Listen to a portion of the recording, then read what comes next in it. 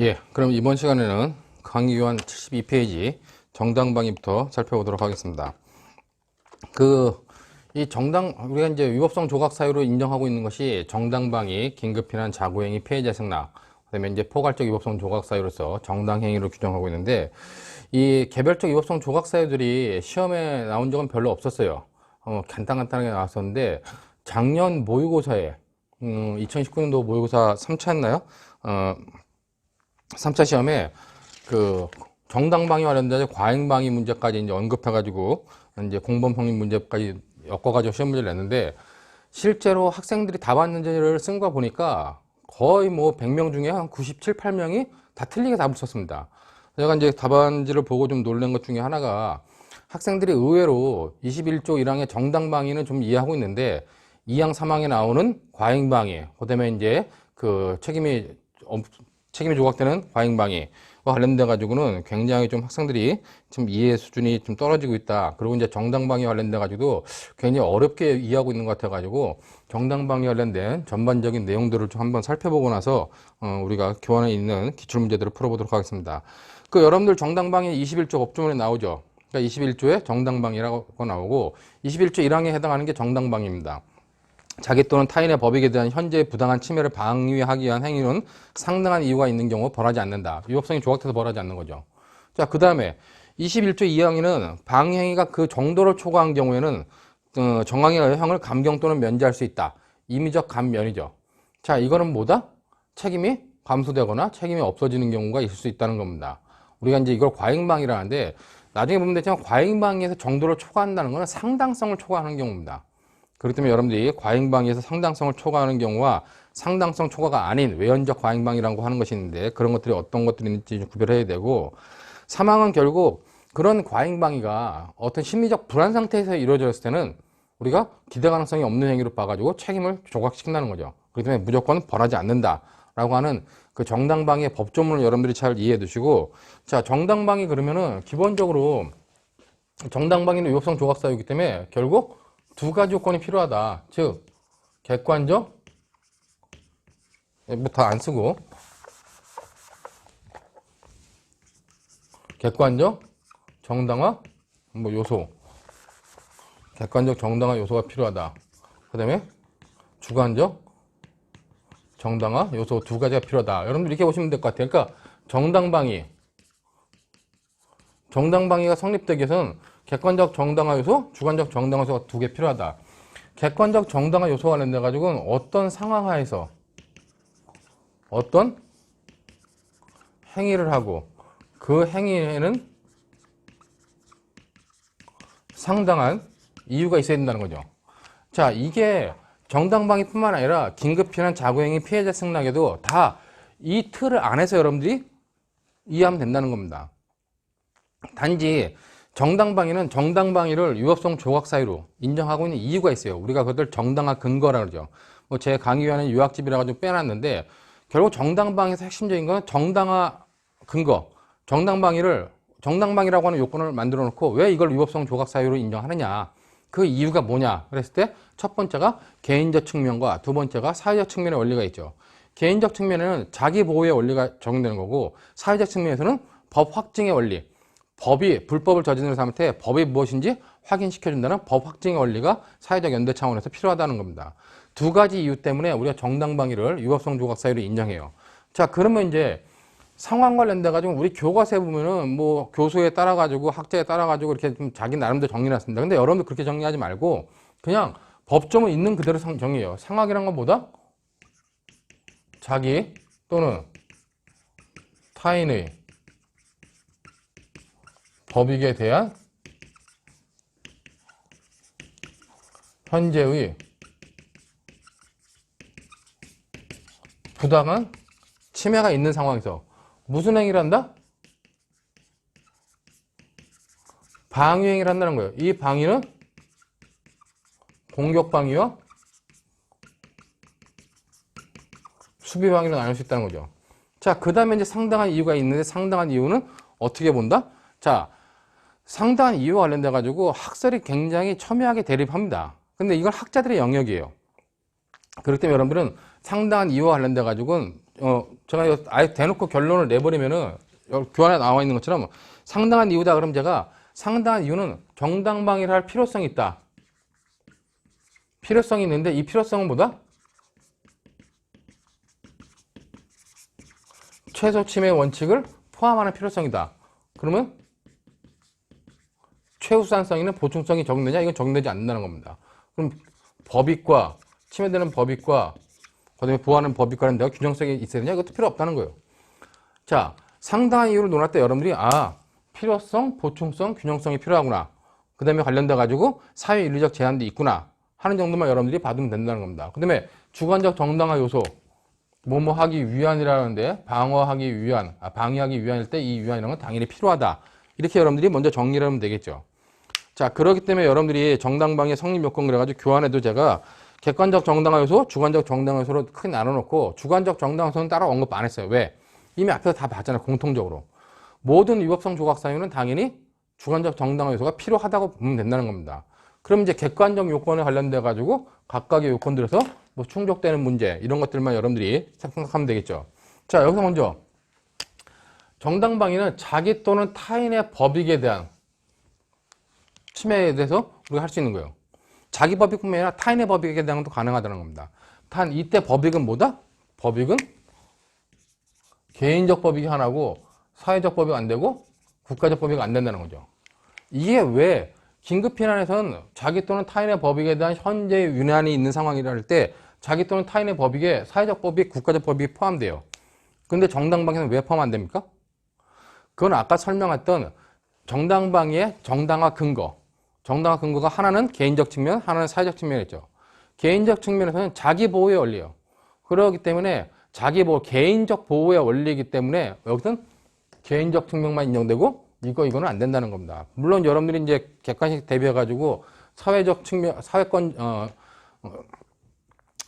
사회적 법익과 관련돼가지고도 방화죄 같은 경우는 기본적으로 사회의 공공의 안전이지만 개인의 재산권도 이제 부차적 보호법이라 하죠. 그러니까 그런 경우는 사회적 법익이라도 예외적으로 될 수 있다. 그런 내용들만 여러분들이 뭐 쟁점적으로 파악하고 있으면 되고 자기 또는 타인의 법익에 대한 중요한 건 현재의 부당한 침해예요. 자, 현재성 관련돼가지고 현재성은 뭐다? 현재성은 침해가 목전에 있는 경우, 침해가 이루어지고 있는 경우, 침해가 계속되는 경우 이게 현재성이라는 겁니다. 자, 정당방위에서의 현재성은 굉장히 좀 좁게 해석을 합니다. 왜냐면 정당방위에서는 이런 객관적 정당화 요소에서 이런 상황적 요건을 좀 엄격하게 해석하는 이유가 이것만 통과되면 이 상당한 이유는 굉장히 완화해서 해석하기 때문에 인정될 가능성이 크다는 거예요. 근데 여러분들이 알고 있듯이 우리가 배울 때는 정당방위, 긴급피난, 자구행위, 피해자 승낙법 배워요. 근데 실제로 사회에서 잘 인정됩니까? 이런 행위들은 기본적으로 구성요건에 해당하는 행위에 대해서 구성권 해당성이 인정되고 위법성까지 인정될 수 있는 행위에 대해서 그 위법성을 탈락시키는 행위이기 때문에 굉장히 엄격하게 해석해야 된다는 겁니다. 그렇기 때문에 관련돼가지고 여기 보면 현재성도 굉장히 엄격하게 해석한다. 근데 이제 현재성 관련돼가지고 중요한 게 지금 현재 침해가 있는 경우에만 정당방위가 인정된다는 거예요. 근데 지금 침해가 없어. 지금 침해는 없는데 앞으로 침해할 것 같아. 맨날 아침마다 뭐 아침 9시에 누가 맨날 날 때리러 와. 그러면 그 때리러 오는 사람은 오늘도 때렸고 어제도 때렸고 그저께도 때렸어요. 그럼 내일도 때리러 올 거 아니에요. 침해가 예상될 경우에 그 예상된 침해의 현재성을 인정해가지고 정당방위에 인정할 수 있겠냐 하는 거지 예상된 침해에 대한 현재성 인정 여부죠. 안 된다는 겁니다. 안 된다는 게 통설이에요. 근데 판례는 김보은영 살인사건에서 결국 관련돼가지고 침해의 현재성을 예상된 침해에 대한 현재성을 인정했습니다. 그걸로 이제 학설들이 굉장히 비판하죠. 만약에 판례처럼 그렇게 예상된 침해에 대한 현재성을 일어난다면 사회에는 굉장히 큰 혼란이 생겨요. 저놈이 어제 돈 뺏고 오늘 돈 뺏으면 내일 돈 뺏으러 올 거야. 미리 가서 내가 정당방위를 어떻게 해야지. 그럼 사회는 큰 혼란이 온다는 거죠. 그렇기 때문에 이때 현재성은 굉장히 엄격히 해석해야 된다. 그렇기 때문에 장래 침해가 예상되는 경우에 현재성을 인정하느냐, 인정하지 않는 것이 타당하다는 겁니다. 물론 판례도 그 이후에 변경할 수 있었는지 모르겠지만은 비슷한 케이스가 대법원까지 올라가지 않아가지고 변경하지 못한 것이 아닌가라는 생각이 들어요. 자, 그렇기 때문에 자기 또는 타인의 법익, 개인적 법익, 현재성은 현재 침해가 목전에 바로 눈앞에 있는 경우 아니면 이루어지고 있는 경우, 침해가 계속되는 경우에 대해서만 현재성이 인정된다. 만약에 침해 현재성이 부정돼, 현재성이 끝났어요. 침해가 현재 끝났습니다. 그럼 정당방위 인정되겠어요? 안 되겠어요? 인정 안 된다는 겁니다. 그때는. 아예 정당방위의 상황적 요건이 없다는 거죠. 자, 그 다음에 여기서 부당하다는 건 뭡니까? 부당하다는 건 형법에 위반되는 거 아니라 전체 법 질서에 반한다는 겁니다. 그렇기 때문에 형법에 어떤 몇 주 몇 회에 반한다 그런 것이 아니라 그냥 법 질서, 형법을 포함한 모든 법 질서에 반하는 그런 것들을 우리가 부당하다고 보면 되고, 자, 이 침해라 할 때 이 침해는 뭐다? 침해는 인적 불법론. 인적 불법론 이유로 사람에 의한 침해만 인정한다는 거예요. 자, 사람에 의한 침해만 인정하기 때문에 동물에 의한 침해 인정하지 않는다는 거죠. 그거 여러분들이 알고 있는 거죠. 그렇기 때문에 침해는 사람에 의한 침해만 인정한다. 동물에 의한 침해는 정당방위가 불가능하다. 그러나 동물이라도 사주받은 동물, 뭐 훈련이 잘 된 세퍼트가 세퍼트 주인이 날 물어라 해가지고 세퍼트가 올 때 내가 거기에 대한 정당방위가 가능하다는 겁니다. 예외적으로. 그런 의미로 여러분들이 이해하면 되고, 이제 부당한 침해와 관련돼 가지고 또 논란이 되는 게 과연 어떤 것이 부당한 침해냐와 관련돼 가지고 싸움 같은 경우는 서로 공격과 방어를 계속해요. 서로 공격을 하고 방어를 합니다. 이쪽 공격 부당하고 이쪽 공격 부당하지 않다. 아니면 이쪽 공격 부당하고 이쪽 공격 부당하지 않다. 어떻게 판단해요? 판단할 수 없다는 거죠. 그렇기 때문에 싸움에서는 부당한 침해를 했을 때 어떤 침해만을 부당하다, 부당하지 않다 말할 수 없기 때문에 싸움에서는 기본적으로 정당방위가 인정되지 않는다는 겁니다. 단 싸움이라도 예외적으로 싸움이 중지된 경우에, 싸움을 하다 중지된 경우에 갑자기 이쪽에서 공격을 한다. 그럼 어떻게 해요? 이건 부당한 공격이니까 여기에는 정당방위 가능하다는 얘기예요. 또 하나가 이제 그렇게 싸움이 종료된 경우 이외에, 그러니까 기본적으로 싸우다가 주먹으로 서로 싸우고 있는데 상대방이 갑자기 칼로 냅니다. 예상한 공격을 넘어선 어떤 갑작스러운 부당한 공격을 판단할 수 있을 때 그때는 정당방위가 가능하다는 거죠. 그렇기 때문에 싸움과 관련된 부분, 지금 이런 정도의 부분이 우리가 기본적으로 정당방위에 있어서 뭐 관련된 요건들이다.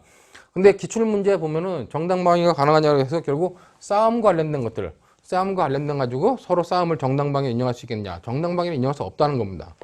중요한 건 싸움 같은 경우는 어느 것을 부당한 침해로 볼 수 있는, 어떤 것은 부당한 침해, 부당한 침해가 아닌 것으로 구별할 수 없기 때문이다 뿐만 아니라 싸움을 할 땐 뭐예요? 정당방위가 인정되기 위해서는 이런 것 이외에 방어하기 위한 주관적 정당한 요소가 있어야 돼요. 근데 싸움은 뭐다? 저런 주관적 정당한 요소가 없는 거죠. 그렇기 때문에 싸움은 아예 정당방위가 인정되지 않는다. 원칙적으로. 그렇게 여러분들이 보면 되고, 이 방위 행위와 관련돼 가지고 이런 상황 하에서 이런 방위 행위를 해야 돼요. 방위 행위를 하는데 공격 방위와 수비 방위가 있다는데 상대방에서 공격을 하는 사람을 공격 들어온 상대방을 내가 공격해 가지고 방위하는 거. 그게 공격 방위죠. 수비 방위는 상대방이 공격하는 걸 막아치우기만 하는 거. 그거 왜 구분하냐? 이 왜 구분 문제는 나중에 도발된 침해와 관련돼 가지고, 도발된 침해. 내가 상대방한테 나를 도발하도록 약 올렸어요. 약 올려가지고 의도적으로 상대방이 나한테 도발하면은 그걸 부당한 침해로 보고 내가 정당방위로 상대방을 죽이려고 했을 때, 그런 모든 것들 다 의도적으로 도발했다면 그땐 정당방위 인정되지 않는다는 겁니다. 그러나 내가 도발은 하지 않았지만 나의 어떤 책임 있는 문제로 인해서 내가 저 사람의 뭐 발을 잘못해서 밟았는데 저 사람이 나를 공격한다. 저 사람이 공격하는 거는 부당한 침해지만 결국 뭐 나 때문에 침해하는 거죠. 나의 실수에 의해서. 그럴 때는 공격 방위 정도는 안 되고 수비 방위 정도는 될 수 있다라고 하는 그런 데서 구별실이기 때문에 방위 행위도 이렇게 두 개로 나눈다. 이렇게 여러분들이 이해하면 될 것 같습니다. 자, 그 다음 문제로 중요한 게 바로 이 상당한 이유인데, 그러니까 상당한 이유를 여러분이 이제 사례형 쓸 때는, 필요성, 최소 침해 원칙을 포함한 필요성이 있으면 되고, 그 다음에 보충성과 균형성을 요구하면 안 된다. 그 다음에 이제 여기서 하나 더 추가하면은, 그냥 여러분들이 관련된 추가하면, 그냥 사회, 윤리적 제한에도 걸리면 안 된다는 거예요. 그러니까 결국 상당한 이유를 여러분 사례형을 쓸 때는 그냥 필요성만 있으면 된다. 그 다음에 사회윤리적 제한에 걸리지 않으면 된다. 보충성과 균형성은 필요 없다 하는 요건 정도만 여러분들이 받으면 된다는 겁니다. 근데 이와 관련돼 가지고 여러분들 교환해 보면 이 부분을 굉장히 좀 학생들이 아예 이해 못하고 있는 부분이 많은 것 같아 가지고 그 학설을 좀 나눠놨어요. 그 1설, 2설, 3설, 4설 해놓고 뭐 판례까지 나눠놨는데, 1설이라고 하는 것은 정당방위에서의 상당한 이유라고 하는 것은 독일 형법에는 정당방위 관련돼 가지고 필요성만 있으면 된다는 겁니다. 그렇기 때문에 이 상당한 이유와 관련돼 가지고 독일 형법에서 말하면 그냥 필요성을 말한다. 그렇기 때문에 이 필요성이라고 하는 것은 최소 침해의 원칙은 인정되지만 보충성의 원칙과 균형성의 원칙이 적용되지 않는다. 정당한 이유를 필요성과 같은 것으로 보는 겁니다. 자, 그 다음에 정당방위와 관련돼 가지고 독일에서는 정당방위는 제한의 역사라고 그래요. 정당방위를 할 필요성만 있으면 언제든지 정당방위가 인정되니까 정당방위를 이용해 가지고 뭐 다른 범죄를 하는 사람들이 많았다는 겁니다. 그렇기 때문에 상당한 이유는 필요성을 말한다. 그 다음에 네 번째 요건으로서 사회윤리적 제한에 걸리지 않아야 된다는 거죠. 여기서 말하는 사회윤리적 제한은 여러분들 밑에 박스로 정리해놨는데 뭐 책임 없는 자의 침해, 어린아이가 침해한다거나 아니면 긴밀한 사이의 침해, 보증관계에 있는 사이의 침해, 즉 부부관계에서 침해한다거나 아니면 경미한 법 침해. 내가 과수원이 한 2만 평이 있는데 그 과수원에서 어떤 사람이 사과 하나 따먹는다고 정당방위로 죽일 수 있겠느냐. 그런 경미한 침해. 그 다음에 아까 말했던 것처럼 도발된 침해.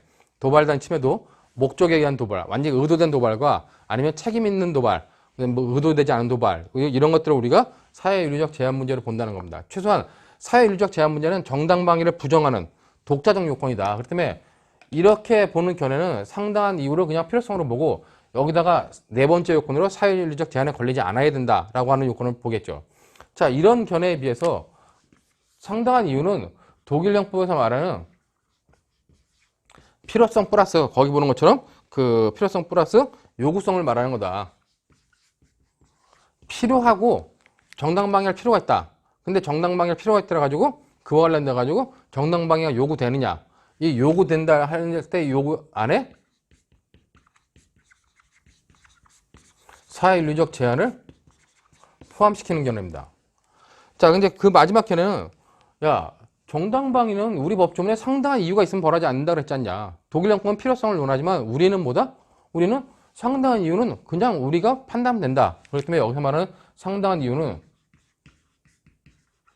독자적, 여기 본 것처럼 그 독자적 개념이다. 그렇기 때문에 독일형법에서 말하는 사회윤리적 제한도 뭐다? 이 독자적 개념 안에 녹여내면 된다. 그렇기 때문에 사회윤리적 제한도 우리가 독자적 개념으로 보고 그 안에 포함시키면 된다는 겁니다. 자, 그 반면에 상당한 이유는 독일형법에서 말하는 필요성, 요구성 이런 것들은 아니다. 우리의 독자적 개념이다. 그렇기 때문에 독자적 개념인데 똑같은 독자적 개념인데 이 독자적 개념 관련돼 가지고 사회윤리적 제한은 정당방위의 요건으로 들어오면 안 된다는 겁니다.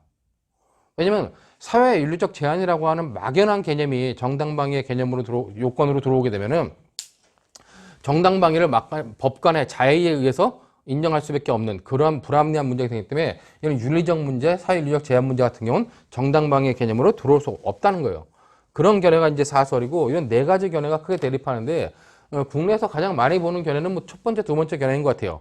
자, 근데 어느 견해가 맞다 타당하다는 할 수 없어요. 그거는 학자들이 각각 나눠 보는 겁니다. 그렇기 때문에 여러분들 입장에서는 그냥 가장 많이 보는 것으로 필요성과 사회윤리적 제한이 있다. 여기는 최소 침해 원칙이 들어가고 보충성, 균형성 필요 없다 하는 이 정도의 개념으로 받으면 된다는 겁니다. 그렇기 때문에 거기 1, 2, 3, 4설 있고 그러면 우리 판례는 어떻게 보냐. 우리 판례는 여러분은 거기 본 것처럼 방위에 필요한 한도 내의 행위로서 정당방위와 관련돼 가지고 이 상당한 이유를 판단하는데 그냥 필요성 정도로 판단해요. 판례는 필요성이 있어야 된다. 그 다음에 그런 필요성 있는 행위가 사회 통념상 허용될 정도의 상당성을 가져야 된다. 그러니까 통념상 사회적 통념상 상당성을 가져야 된다는 건 결국 뭐예요? 사회적 상당성이 있어야 된다는 거죠. 그 사회적 윤리적 제한이라고 하는 것들을 포함하는 그냥 사회적 상당성이 있어야 된다라는 것을 판단하는 것이 우리의 판례의 입장이라는 겁니다. 그렇기 때문에 실제로 이런 상당한 이유를 실제로 학문적으로 이렇게 세밀하게 논할 수 있겠지만은 여러분들이 사례형 문제에서 나올 때는 이런 걸 다 논할 필요 없다는 거죠. 사례형 문제에서는 관련된 요건으로 싸움이었다. 싸움 관련돼 가지고 이런 요건들을 간단히 논해주고 상당한 이유 관련돼 가지고 최소 침해 원칙을 요구로 하는 필요성, 보충성 필요 없고 균형성 필요 없고 싸움 관련돼 가지고 사회윤리적 제한에 걸리냐 안 걸리냐 하는 정도로만 간략간략하게 정리해주면 된다는 겁니다.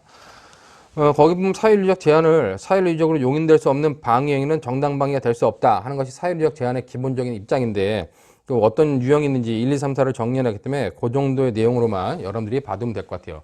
이렇게 하고 그 다음에 주관적 정당화 요소가 필요하면 인정되면 정당방위는 인정된다는 겁니다. 자, 여기서 이제 중요한 거는 아까 봤던 것처럼 사회윤리적 제한이 이렇게 독자적 요소냐, 아니 포함된 거냐, 아니면 아예 사회윤리적 제한을 빼야 된다라고 하는 견해도 있다는 거, 그 정도만 여러분들이 보시면 돼요. 자, 이것과 관련돼 가지고 정당방위 이렇게 성립합니다. 자, 여기서 중요한 건 이제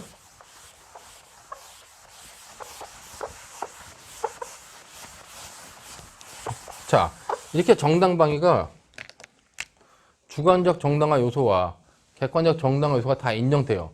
인정되면 뭡니까? 인정되면 그게 바로 정당방위로 인정돼가지고 형법 21조 1항에서 위법성이 조각된다는 겁니다. 잘 봐야 되는 게, 자, 여기다 좀 정리하면 형법 21조 1항은 뭐예요? 21조 1항은 정당방위라는 겁니다. 즉 객관적 정당화 요소와 주관적 정당화 다 인정된다는 거죠. 그렇기 때문에 정당방위이기 때문에 법적 효과는 어떻게 된다? 구성요건 해당성이 인정되지만 위법성이 조각된다는 겁니다. 자, 근데 21조 2항에 뭐가 있어요? 21조 2항에는 과잉방위라는 게 있어요. 자, 과잉방위가 있어가지고 이걸 뭐로 봅니까? 임의적 감경 면제로 보죠. 자, 과잉방위는 정당방위 아니에요. 정당방위가 아니라는 겁니다. 정당방위가 아니기 때문에 어떻게 해요? 정당방위 아니기 때문에 위법성이 인정돼 버린다는 거죠. 여기서 임의적 감면이라는 말은 뭡니까? 결국 구성요건에 해당하고 위법한데 책임과 관련돼 가지고 책임이 감경되거나 면제될 수 있다. 그렇기 때문에 구성요건에 해당하고 위법성 인정된다는 겁니다. 자, 이 사망은 뭐예요? 사망은 똑같은 과잉방위입니다. 똑같은 과잉방위인데 이 과잉은 뭐예요? 이건 하나 포함되죠. 추가되는 게 심리적 불안 상태에서의 과잉방위입니다.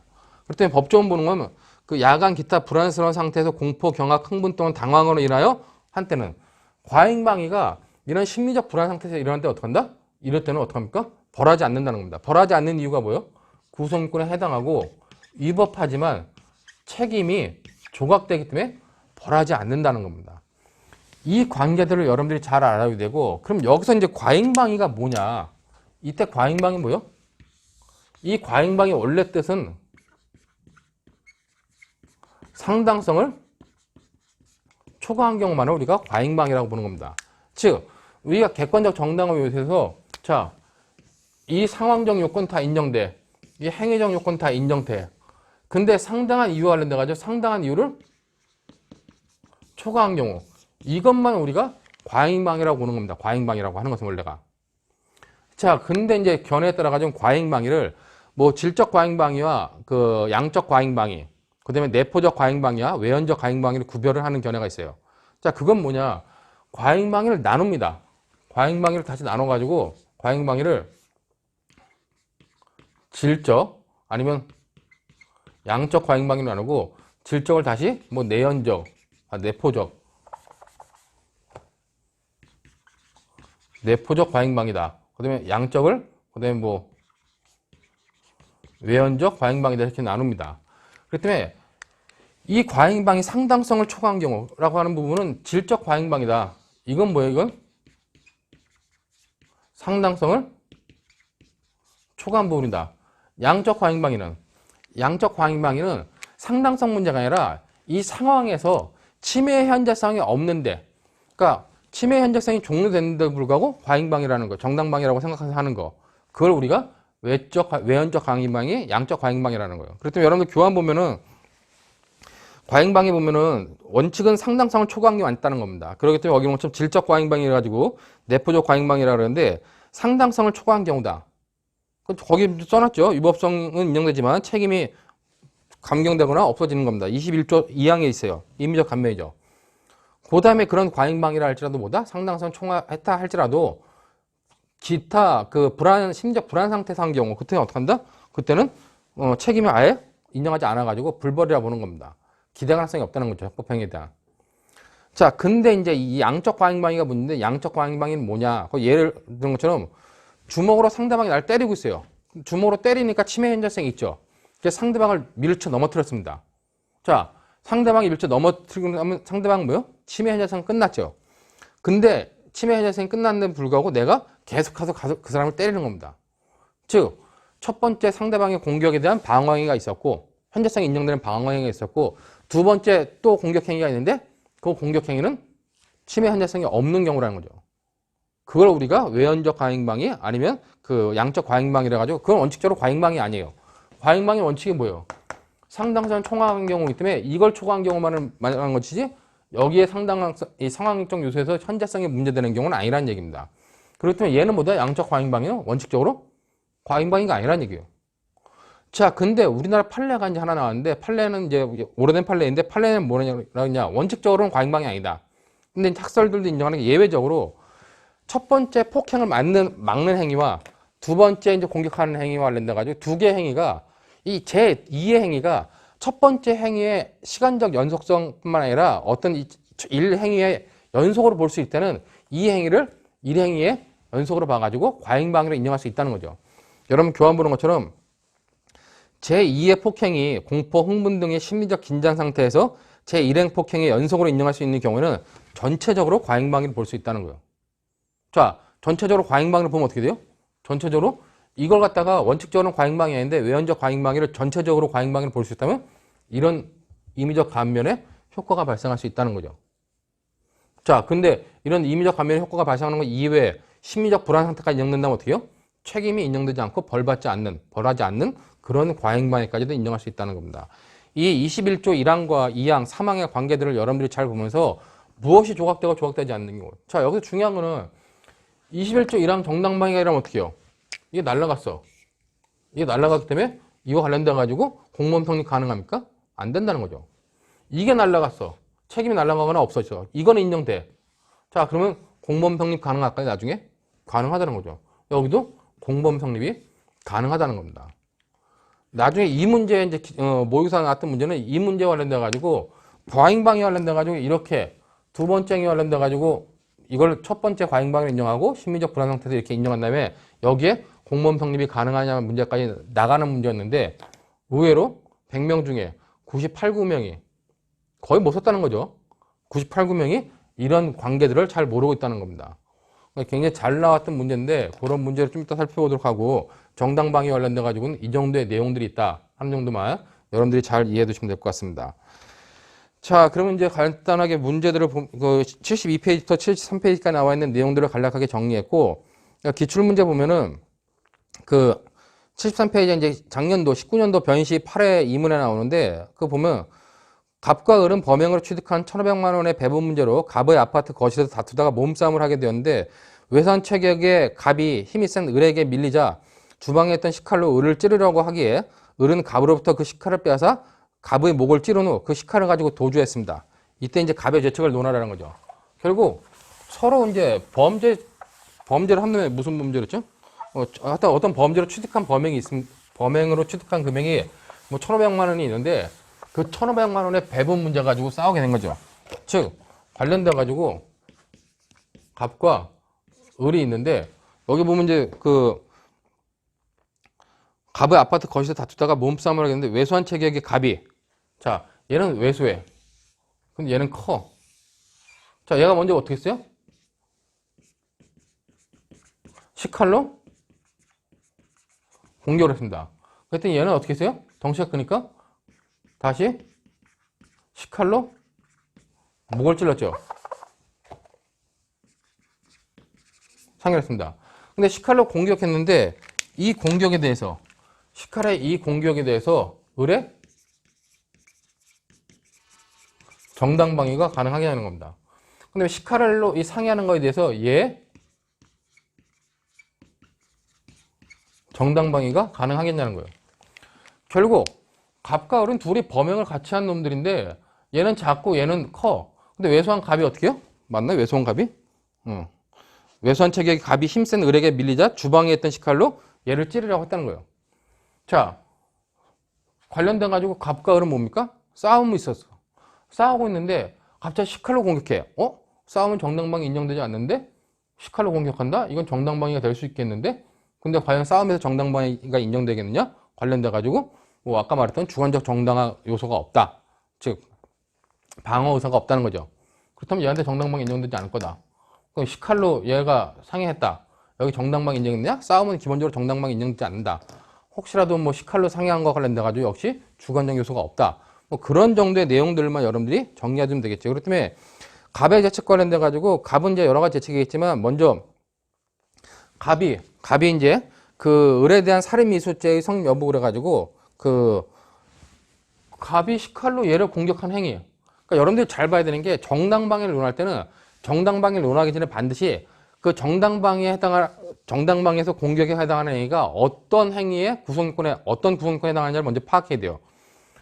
갑이 시칼로 을을 공격해. 이거는 우리가 관련돼 가지고 살인의 의사로 사람을 찌른 것이라 볼 수 있겠죠. 그렇기 때문에 여러분 거기처럼 을에 대한 살인미수죄의 성립 여부를 가지고 그 갑이 시칼로 을을 찌르려고 했지만 실패한 행위는 살인미수죄의 구성권에 해당한다. 그렇기 때문에 이 시칼 공격? 이건 뭐다? 살인미수의 구성요건에 해당할 수 있다는 거예요. 그럼 정당방위가 인정되겠냐? 정당방위가 인정된다면 무죄가 되겠죠. 그러나 이제 관련돼 가지고 정당방위는 자기 또는 타인의 법에 현재 부당한 침해를 방해하기 위한 행위해야 된다. 싸움의 경우에는 뭐다? 아까 봤지만 싸움의 경우에는 정당방위 서로 부당한 행위가 어떤 것이 부당한 행위인지 아닌지 판단할 수 없다는 거예요. 그렇기 때문에 서로 싸우다가 얘를 시칼로 공격했다. 그러면 어떤 것이 부당한 공격이 파악할 수 없다. 설사 저것이 특이한 경우로서 그 싸움이라지만 그 부당한 공격을 인정할 수 있다 할지라도 어떻게 해요? 그 인정할 수 있더라도 그 정당방위에 해당하지 않는다. 거기 보면 이제 싸움의 경우에 상호에 대한 부당한 침해를 가지고 있으므로 각자의 행위를 방해 의사가 있는 방해 행위로 인정할 수 없음. 그러니까 부당한 침해 어떤 것을 부당한 침해로 판단할 수 없을 뿐만 아니라 거기에 관련돼서 방해 의사를 인정할 수 없다는 겁니다. 그렇기 아예 정당방위가 인정되지 않는다는 거죠. 또한 갑이 몸싸움을 하는 과정에서 시칼로 을을 찌르려고 하는 행위는 싸움에서 당연히 예상할 수 있는 범위를 넘는 공격으로 아예 정당방위에 해당하지 않는다. 그렇기 때문에 관련돼 가지고 뭐 정당방위에 해당하지 않는다. 그렇게 보면 될 것 같고. 자, 그리고 이제 을의 재책 관련돼 가지고 을도 이제 갑에 대한 살인미수죄. 사안에서 을이 시칼로 갑의 목을 찌른 행위는 살인의 의사가 인정되며 살인미수죄가 성립한다는 겁니다. 그럼 정당방위 싸움 판단하는 데서 역시 정당방위에서 해당하지 않는다는 거죠. 그 다음 것처럼 다만 상호간의 싸움의 경우에 정당방위 의사가 인정되지 않을 뿐만 아니라 방위행위의 방어적 행위인 보호행위만이 아니라 공격행위도 포함될 수 있으나 그 상당한 이유가 인정될 수 없어 정당방위나 과잉방위에도 해당하지 않을 수 있다라고 하는 판례 입장이기 때문에 그런 의미로서 여러분들이 각각 받으면 될 것 같아요. 이 경우는 정당방위 안 되고 정당방위 안 되는데 실제로 여러분들 그 2019년도 변시에 관련돼 가지고 이런 채점 기준 가지고 판단을 했는데 쉽게 보면 여러분들이 그렇게 정리하시면 되겠죠. 두 가지 쟁점으로 아까 같은 두 가지 쟁점으로 무엇이 부당한 공격인지 파악할 수 없어 정당방위가 안 된다. 그다음에 한쪽의 공격을 보더라도 부당한 공격을 보더라도 방위 의사가 있냐고 관련돼 가지고 방위 의사는 인정할 수 없다. 그런 정도로 정리해도 충분하다고 봅니다. 자, 그 다음에 이제 74페이지에 그 17년도에 나왔던 변시 문제인데 이것도 이제 본능 체험이 나왔던 건데 이때는 미추친 부분만 보시면은 정은 오토바이를 타고 약 5m 정도 진행하던 을을 발로 걷어차 바닥에 넘어뜨렸고 이 과정에서 을은 전치 3주의 상해를 입었다는 겁니다. 자, 그런 관련돼 가지고 이건 뭐냐? 그 정이 을을 폭행해요. 근데 얘는 뭐예요? 얘는 오토바이 절도범이에요. 절도범 폭행했는데 이제 관련돼 가지고 그 문제를 보시면은 그 3번 사례 가로 3번의 밑줄 친 행위에 대하여 을이 얘를 갖다가 폭행치상으로 고소를 했어요. 그럼 정의 변호인의 입장에서 정의 변호인으로서 폭행치상죄가 성립하지 않을 수 있음을 주장할 수 있는 근거를 제시하라.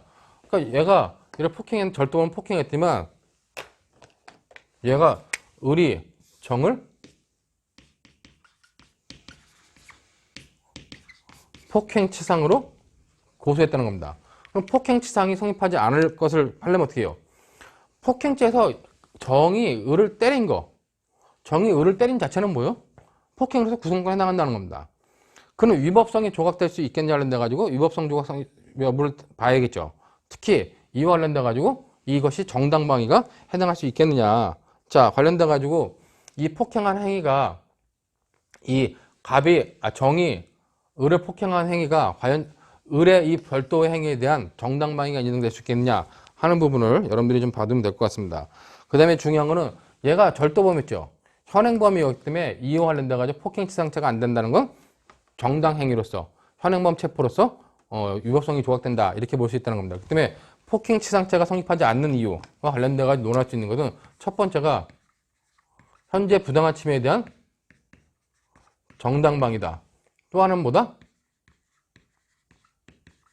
정당행위다. 20조에 나오는 이 정당행위는 뭐다? 현행범 체포다. 그 부분을 여러분들이 잘 받으시면 될 것 같아요. 그렇기 때문에 뭐 쟁점 관련돼 가지고 그렇게 보는 것처럼 그 쟁점의 두 번째 줄은 절도죄가 성립한 정의 오토바이에 대하여 을의 절도죄가 성립함으로 폭행치상 행위에 대해서 정의 변호인 입장에서는 정당방위로 위법성이 조각된다는 걸 주장할 수 있고, 또 하나는 그 정당행위로서 그 법령에 의한 행위, 현행범 체포행위로서 위법성이 조각된다고 볼 수 있다는 거죠. 자, 관련돼 가지고 여기 보면 이제 뭐 현재 부당한 침해, 당연히 얘가 정의 오토바이를 탈취해 가고 있으니까 현재 부당한 침해 인정되고, 그다음에 상당한 이유와 관련돼 가지고도 뭐 상당한 이유가 인정되겠다.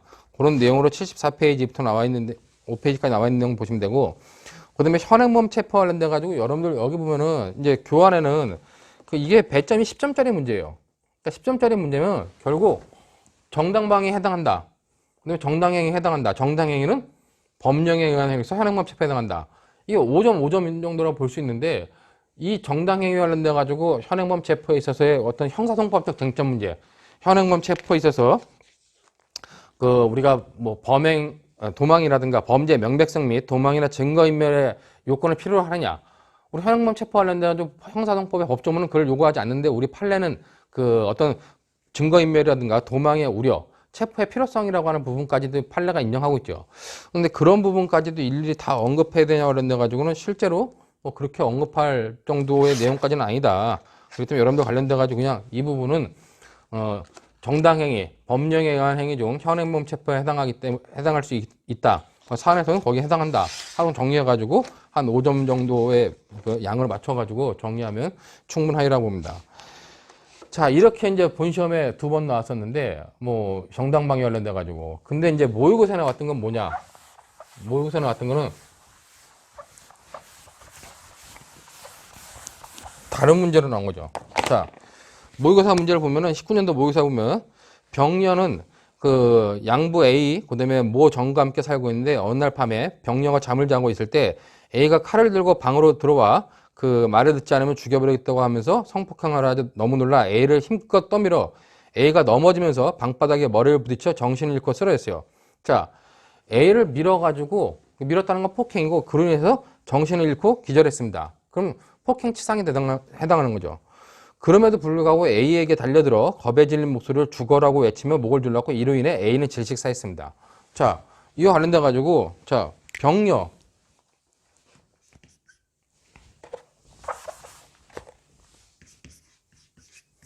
병이라는 여자가 있고, 그 다음에 이제 관련돼 가지고 그 양부 A가 있죠. 그 다음에 얘는 정이라고 하는 그 모가 있고, 얘는 이제 여자예요. 이 모의 딸이죠. 근데 여기 이제 A라는 양부가 성폭행을 하려고 이제 개시한 겁니다. 자, 이와 관련돼 가지고 이 두 사람 관계는 뭐다? 이 사람은 법률혼관계죠. 얘 양부라기 때문에 법률혼 관계예요.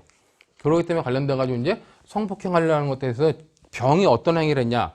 병이 이 성폭행 행위에 대해서 A를 밀쳐가지고 넘어뜨려 기절시켰어요. 그러니까 첫 번째, 이거 너무 짧은가? 병녀가 있는데 여기 이제 A라는 사람이 얘에 대해서 성폭행을 시도합니다. 실행에 착수한 거죠. 그랬더니 병이 어떻게 했냐? 병이 첫 번째 행위로서 폭행을 해가지고 A를 기절시켰습니다. 자, 그 다음에 죽어라 그러면서 A를 다시 어떻게 했어요? 죽어라 그러면서 A의 목을 졸랐어요. 자, 근데 결국은 A가 어떻게 했습니까? 나중에 A가 죽었다는 거예요. 자, 얘와 뭐 친모 관계했고 뭐 이거 양보를 했으니까 직계 존속이 되겠죠.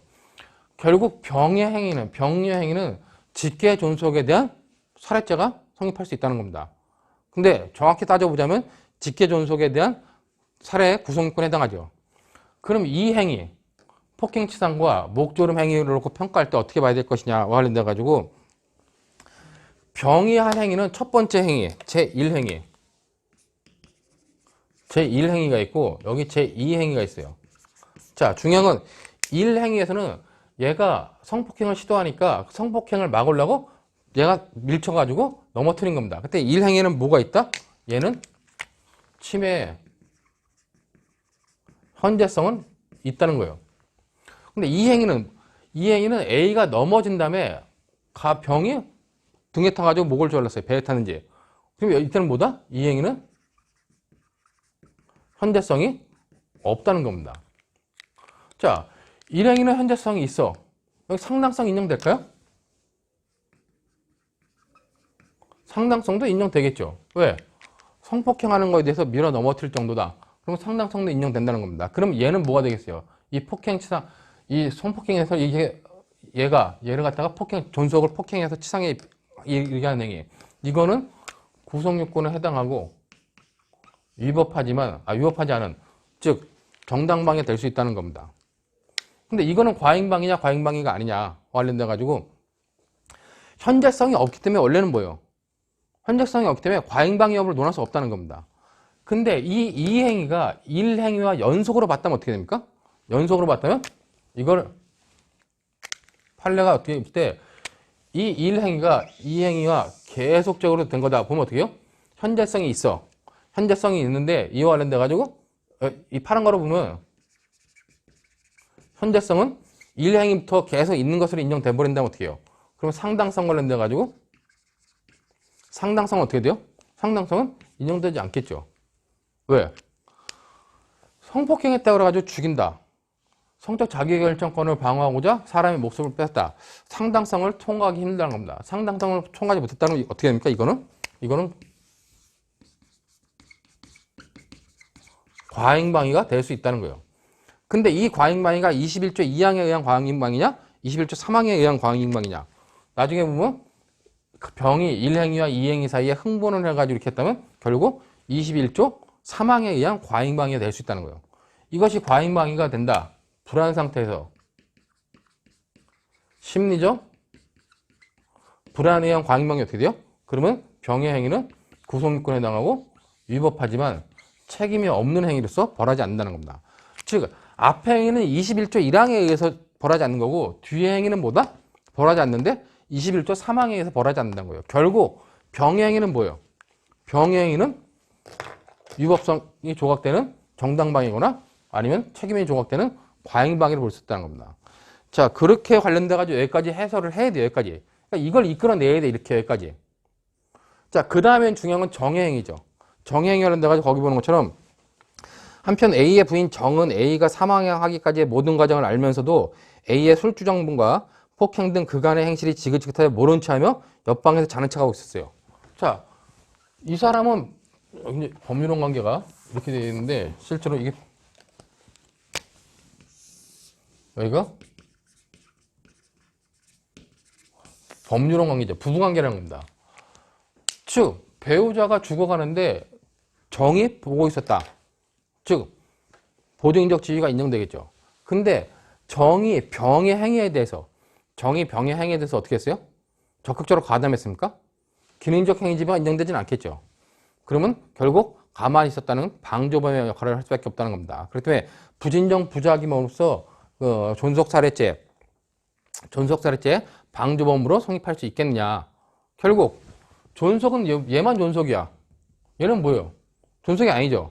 그럼 존속살해죄 방조범이 될 수 있겠냐 하는데 가지고 결국 공범과 신분에 관련된 33조도 같이 논해야 된다는 겁니다. 논했을 때 관련돼 가지고 얘는 둘 다 처벌받지 않아. 처벌받지 않는데 정은 뭐예요? 배우자의 사망에 대해서 직계존속 살해죄의 어떤 방조범으로서의 방조범으로서의 역할, 방조범으로서의 책임을 진다. 물론 33조 그 단서에 의해서 이 부진정 존속살인죄와 존속살인죄 같은 경우 부진정 신부범이기 때문에 결국 관련돼 가지고 뭐다? 33조 단서가 적용돼 가지고 보통 살인죄 방조범의 죄책 정도는 질 수 있겠죠. 그러니까 학생들이 볼 때 정의 행위는 위법성이 조각되는 것으로 볼 수 있어. 근데 이거는 뭐다? 이거는 위법성이 조각되는 것이 아니라 뭐다? 책임이 조각되는 겁니다. 그렇기 때문에 병은 처벌받지 않아요. 그러나 구속요건과 위법성이 인정되는 이 행위에 대해서 방조행위는 성립 가능하다. 공범 종속성 원칙 중 제한적 종속 형식이 아니면 충분히 가능하다는 거죠. 그렇기 때문에 이런 내용까지 여러분들이 좀 생각을 해뒀어야 된다는 겁니다. 그렇기 때문에 여러분들 그 교환 보면은 먼저 논점 관련돼 가지고 병에게 폭행치상 존속살해죄 야간 과잉방위 뭐가 인정되는데 자 먼저 논해야 될 게 뭐다? 이건 첫 번째 행위는 폭행치상이다. 두 번째 행위는 뭐다? 두 번째는 존속살해죄에 해당한다. 여기에 구속요건에 해당할 수 있냐는 겁니다. 그 관련돼 가지고 뭐 구속요건 해당성이 인정되는 거고 그다음에 정당방위가 인정되겠냐 관련돼 가지고 정당방위가 이거는 정당방위가 인정되는데 이건 정당방위가 인정되지 않는다는 거예요. 그렇기 때문에 관련돼 가지고 이 행위는 정당방위, 이건 이 행위는 정당방위 아니다. 그러면 이 행위 관련돼 가지고 과잉방위가 인정될 수 있겠냐 관련돼 가지고 결국 첫 번째 행위와 두 번째 행위를 첫 번째 행위 연속으로 두 번째 행위를 본다면은 현재성이 인정되지만 상당성이 인정되지 않아 가지고 과잉방위에 해당한다. 그러나 이 과잉방위는 심리적 불안 상태에서 있기 때문에 21조 사망에 해당한다는 거죠. 그렇기 때문에 거기 보면 과잉방위 여부가 5점이고 야간 과잉방위 인정 여부가 또 4점입니다. 결국 예행위 두 번째 행위에 대해서 과잉방위 인정하고 그다음에 과잉방위에서 심리적 불안까지 인정될 수 있냐 이게 9점이 배점돼 있어요. 실제로 채점하면서 보면은 이걸 쓴 학생들이 이렇게 쓴 학생들이 거의 없다는 거죠. 거의 없고 얘가 정당방위가 되는지 안 되는지 헤매고 있어. 그럼 토탈 몇 점이 날라갑니까 여기서? 지금 뭐 구성권 상승 4점, 정당방위 3점, 근데 과잉방위 그다음에 21조 사망의 과잉방위 논하는데 이와 관련돼 가지고 결국 9점, 12점, 16점이 날라가죠. 16점 중에서 실제로 배점 중에서 받은 학생들 몇 점이다? 16점 중에서 받은 학생들 대부분 다 3점, 4점 받았다는 겁니다. 다 날라간다는 거죠. 과잉방위를 아예 몰랐기 때문에. 자, 문제는 이제 이 병행위가 아니라 그 다음 페이지에 나오는 정행위도 더 중요한 겁니다. 정행위 관련돼가지고 결국 부진정 법률론 강의 때문에 부진정 부작위범의 살인죄가 성립할 수 있겠냐 관련돼서 보증적 지위 인정한다. 제가 보증적 지위 인정한다 할 때 뭐라 했어요? 항상요? 부진정 부작위범에서는 보증적 지위가 인정되느냐, 행위정형의 동치성, 상성 요건이 인정되느냐 관련돼가지고 부부 사이는 보증적 지위 인정된다. 보호 의무에 의한 보증적 지위 인정된다. 그 다음에 상성 쉽게 말릴 수 있었는데 안 말렸기 때문에 상성 인정된다. 그래가지고 보증적 지위가 인정된다고 보면 된다는 겁니다. 그 다음에 이제 관련돼가지고 병의 행위에 대해서 적극적으로 가담했냐. 기능적 행위지가 인정되지 않기 때문에 그냥 방조행위에 해당할 수 있다.